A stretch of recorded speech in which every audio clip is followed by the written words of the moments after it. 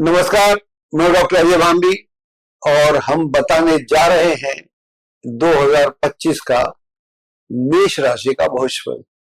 इससे पहले कि मैं आपका भविष्य बताऊं, ये जो 2025 है ये बड़ा क्रांतिकारी वर्ष है। इसमें जो बदलाव हो रहे हैं, जिनकी लोग अक्सर बातें कर रहे हैं, वो तो शनि का बदलाव की बात कर रहे हैं कि शनि 29 मार्च को अपने घर से निकल के यानी कुंभ से निकल के मीन में आएगा।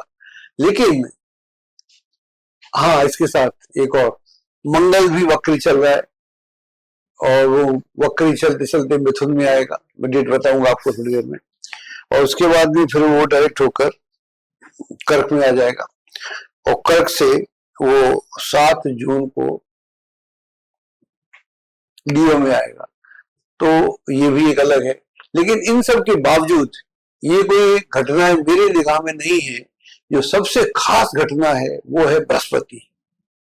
बृहस्पति इस बार अलग मोड में है और जब बृहस्पति अलग मोड में होता है तो दुनिया का पूरा स्ट्रक्चर बदलना शुरू हो जाता है। तो बृहस्पति की हम बात करेंगे। तो यह वर्ष जो है बेसिकली बृहस्पति के द्वारा डोमिनेटेड है। अब इसको आपकी राशि से हम कैसे समझते हैं, इसको हम बात करते हैं। बीच बीच में हम बृहस्पति की बात करेंगे। और बृहस्पति यानी जुपिटर इस ज़ोडिएक सिस्टम का सबसे बड़ा ग्रह है जो जब पृथ्वी के साथ सिंक करता है। एक्चुअली में बृहस्पति का ऑर्बिट अलग है पृथ्वी से और पृथ्वी अपनी यात्रा 365 दिन में पूरी करती है। बृहस्पति लगभग 12 साल में दोनों सिंक करते हैं। जब सिंक करते हैं तो बृहस्पति का इतना प्रभाव है कि सूर्य को खींच लेता है। तो यह बृहस्पति, ये जो वर्ष है 2025 का बृहस्पति प्रधान वर्ष है और ये आपके साथ कैसा व्यवहार करेगा हम इसकी बात करते हैं। सबसे पहले हम पकड़ लेते हैं कि जनवरी से लेकर अप्रैल तक क्या स्थितियां ग्रह के साथ रहेंगी और फल क्या रहेगा। बृहस्पति यहाँ पर आपके साथ आपके वृष राशि में है यानी धन भाव में है और बृहस्पति जो है 4 फरवरी को डायरेक्ट हो जाएगा। अभी तब उससे पहले वक्री रहेगा। उसके बाद उसकी बात करते हैं। शनि महाराज जैसे मैंने बोला 29 मार्च को मीन में आ जाएंगे और मंगल जो है वो अभी उसमें रहेंगे। मंगल रहेंगे आपके थोड़ी मिथुन में। 21 जनवरी को मिथुन में प्रवेश करेंगे। शुरुआत में तो कर्क में रहेंगे, वहां से डायरेक्ट होंगे 24 फरवरी को और फिर वो 3 अप्रैल को 25 में जाएंगे। 3 और 25 को सॉरी कर्क में जाएंगे। फिर वहां से 7 जून को 25 को ये फिर सिंह में जाएंगे। तो शुरू के दिनों में बृहस्पति तो सेकंड है क्योंकि मेरे निगाह में ये वर्ष जो है बृहस्पति प्रधान है। मेरा एक अपना अंदाज रहता है जैसा आप लोग जानते हैं। तो इसमें ये 4 महीने में क्या होगा।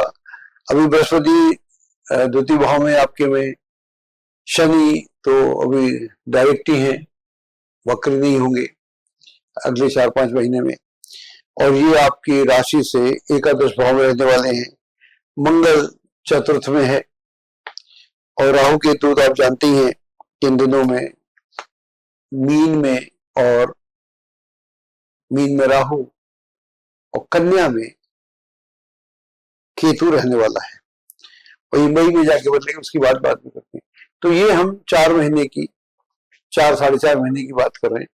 तो यह जो समय है ये बड़ा उपयोगी समय है। आपके धन से संबंधित जो भी मसले हैं, जो भी इश्यूज हैं, उन्हें आप सॉल्व करेंगे तो तत्काल सॉल्व हो जाएंगे।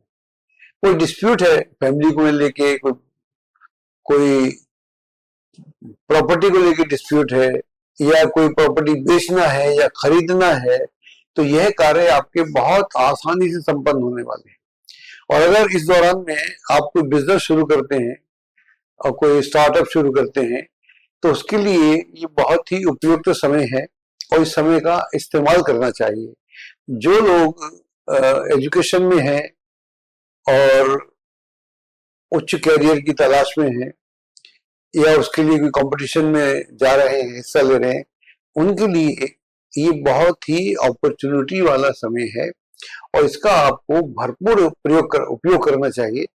और इस बार चूक जाएंगे तो फिर ये काफी लंबा हो जाएगा, तो आपको इस पूरे समय का लाभ उठाना चाहिए। हालांकि इस पूरे दौरान में जो मंगल है आपकी राशि का स्वामी, उसकी स्थिति 21 जनवरी से थोड़ी दयनीय हो जाएगी या आपके लिए बेहतर हो जाएगी। वक्र गति में वो चला जाएगा मिथुन में और फिर वो 24 फरवरी को डायरेक्ट होगा और 3 अप्रैल को कर्क में आएगा। तो यानी पूरे दौरान में ऐसा कह सकते हैं कि वो 3rd के रिजल्ट देगा, 3rd के देगा तो अपने नीचत्व उससे खत्म हो जाएगा। मैं इसलिए टेक्निकल बोलता हूँ क्योंकि ज्योतिष टेक्निकल है और मैं ऐसी बातें बोल नहीं सकता छप्पर फट जाएगा। कभी कभी एक आध व्यक्ति के लिए फट जाता है, सबके लिए छप्पर थोड़ी फटेगा। ये बकवास की राशि मैं नहीं कर सकता कि आपका छप्पर फट जाएगा, तो हम सब उम्मीद लगा के बैठ जाते हैं। और मैं ऐसा भी नहीं कह सकता कि ये उपाय करो चमत्कार हो जाएगा। उपाय जो है वो आप है, अगर आपको समझ में आ जाए तो। जिन लोगों ने भी कमाल किया है वो खुद उपाय थे, उनका विजन क्लियर था, उनका डिसिप्लिन था, वो ऑर्गेनाइज थे, वो सिस्टम को समझते थे, जो नहीं जानते थे सीख के आते थे। तो यहाँ से आता है। तो अगर आप ये करेंगे तो मैं दावा करता हूँ कि जीवन में परिवर्तन आना शुरू होगा। और जब जीवन में परिवर्तन आना शुरू होगा तो फिर आप कितने डॉलर्स कमाएंगे ये मेरा काम थोड़ी करना। तो आप आपके डॉलर हैं, आप रखिए जेब में, मस्त रहिए। तो मेरा ज्योतिष बड़ा प्रैक्टिकल है, व्यवहारिक है। मुझे 45 साल हो गए, तो मैं ना तो नग बेचता हूँ, ना मैं फालतू की पूजा पाठ के चक्कर में फंसाता हूँ। जेन्युइन तो होता है, मैं मानता हूँ, लेकिन आपके लिए ये जो समय है ये प्रयत्न का समय है, वो प्रयत्न के फलित होने का समय है।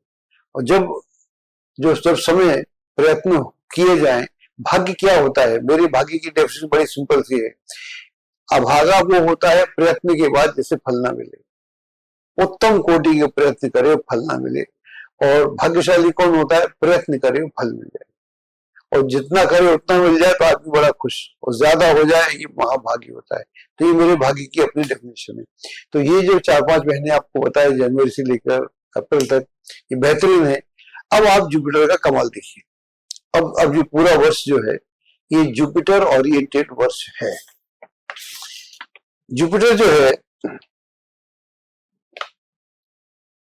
अभी वृष राशि में है और ये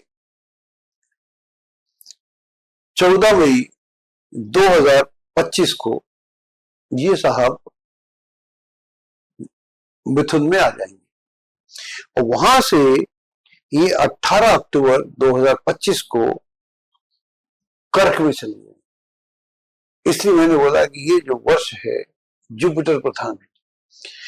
और ये घटना कितने दिनों में घटेगी, मात्र 157 दिनों में, क्योंकि बृहस्पति लगभग 360 दिनों से ज्यादा लगा देते हैं एक राशि में। लेकिन ये पूरा जो आपका जेमिनी है, मिथुन है, क्रॉस कर जाएगी, खत्म। रिजल्ट बताता हूं अभी। उसके बाद में फिर ये दोबारा से 11 नवंबर को रेट्रोग्रेड होंगे और फिर ये जेमिनी में आएंगे 15 दिसंबर को और फिर ये जेमिनी में रहेंगे इस साल के अंत तक। तो यहां तक की हम बात करते हैं। इस दौरान में एक और परिवर्तन होगा। राहु जो है वो 30 मई को एक्वेरियस में आ जाएगा, यानी कुंभ में आ जाएगा, और ऑब्वियसली केतु जो है अपोजिट चला जाएगा। तो ये राहु के 2 होते हैं, ट्रू और मीन। तो हमने ट्रू से बात की है, मीन की डेट 18 मई 2025 है। तो ये स्थिति रहने वाली है और शनि तो वहीं रहने वाले, बकरी होते रहेंगे। तो कहने का मतलब क्या हुआ कि 14 मई से बृहस्पति मात्र 157 डेज, ये बड़ा अनयूजुअल है।